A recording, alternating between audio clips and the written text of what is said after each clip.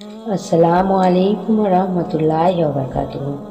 যখন আপনি বারবার দোয়া করেও আপনি কোনো ফল পাচ্ছেন না, আপনার দোয়া কবুলের কোনো সাড়াই পাচ্ছেন না, আপনি যার অপেক্ষায় আছেন, যাকে আপনি দোয়ার মাধ্যমে যাচ্ছেন, কিন্তু তাকে পাওয়ার কোনো আশাই আপনি পাচ্ছেন না, তাহলে শুনুন, যখন আল্লাহ আপনার থেকে কোনো কিছুকে অজানা রাখেন, তাহলে এটা ভাববেন না যে আপনি সেই নিয়ামত থেকে বঞ্চিত আছেন অথবা আপনার হাতে কিছুই আসেনি।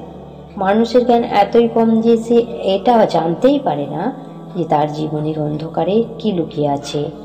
আল্লাহ আমাদের বলেন যে তোমার এমন কি হয়ে গেল যে তুমি আল্লাহর উপর তাওয়াক্কুল করো না।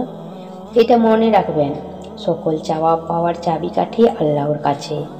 যদি আজ কোনো জিনিস না পাওয়ার ভয় আপনাকে অস্থির করে আর আপনার মনে হয় আপনার দোয়ার কোনো আশা হচ্ছে না, তাহলে শুনুন, হাদিসে এসেছে যারা আল্লাহর কাছে এমন দোয়া করে যার মধ্যে কোনো গুনাহ বা সম্পর্ক ছিন্নকারীর কোনো ইচ্ছা না থাকে, তাহলে হয়তো সে যা চায় তা দিয়ে দেন, অথবা সে দোয়ার বরাবর কোনো বিপদ দূর করে দেন।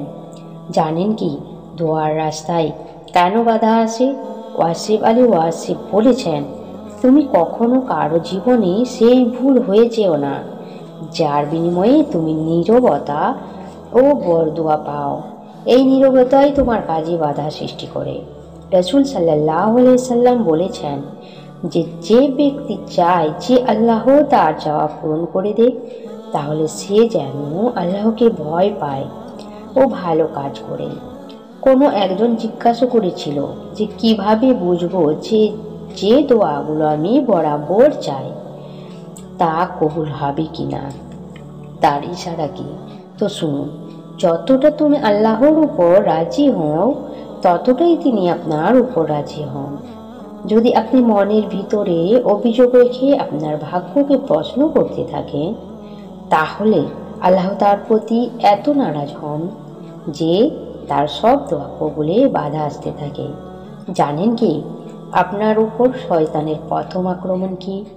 যদি আপনি আপনার ভাগ্যকে দোষারোপ করতে থাকেন, এরপর শয়তান আপনাকে অন্ধকারে নিয়ে যাবে। কুরআনে বলা আছে, যদি শয়তানের আভাব আপনি পান তাহলে আল্লাহর কাছে আশ্রয় চান। অবশ্যই আল্লাহ শুনেন এবং জানেন। এটা মনে রাখবেন, তিনি রহমান, তিনি রহিম, তিনি আপনাকে একা ছাড়েননি, ছাড়বেনও না।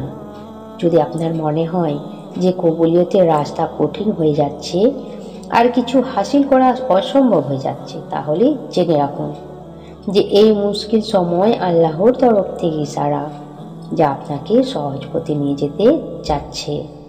জানেন কি করতে যেসব জিনিস আজ আপনাকে সেজদা করতে বাধ্য করছে, সেগুলো আল্লাহর তরফ থেকে পুরস্কার। সেই চাওয়া, সেই দোয়া আর সেই সম্পর্ক যার জন্য আপনি দোয়া করেন, সেটা আল্লাহর তরফ থেকে এই ইশারা যে তার বান্দা তার প্রতি বিশ্বাস বজায় রাখুক। আপনি হতাশ হবেন না, তিনি আপনাকে রাস্তা দেখাবেন। যদি আপনার দোয়া কবুলিয়তে বাধা আসছে আর আপনার কাছে সব অসম্ভব মনে হচ্ছে, তাহলে শুনুন, যখন যখন আপনি আল্লাহর কাছে দোয়া চাইতে থাকেন, তখন আল্লাহ কোথাও না কোথাও কারো মনে আপনার খেয়াল দেন। তিনি নিজেই আপনার পথ সরল বানান। আর আপনার মনে হয় আপনার দোয়া কবুল হচ্ছে না, মনে রাখবেন আপনার এই মন আল্লাহর হাতে, তিনি এটাকে যেদিকে খুশি পরিচালিত করেন। এক হাদিসে এসেছে যে তুমি নিজেকে কখনো কোনো বরদোয়া দিও না, আর যখন যা চাও তা আপনাকে দেওয়া হয়। যদি খেয়াল করেন যে দোয়া কবুলের খাস আলামত কি, এটা হচ্ছে আপনার কষ্ট, আপনার অস্থিরতা শেষ করে দেয়, আপনি অভিযোগ করা ছেড়ে দেন, আপনি আল্লাহর শুকরিয়া আদায় করতে থাকেন, আপনি মানুষকে বাদ দিয়ে নিজের স্রষ্টার সামনে কাঁদতে শুরু করেন, অন্য কাউকে আপনার মনের কথা না বলে আল্লাহর কাছে জানাতে শুরু করতে থাকেন। নেক কাজ আপনাকে সহজ লাগে এবং সেজদায় শান্তি পান। গুনাহ থেকে বিরত থাকেন, আপনি নিজেকে ভাগ্যবান মনে করতে থাকেন।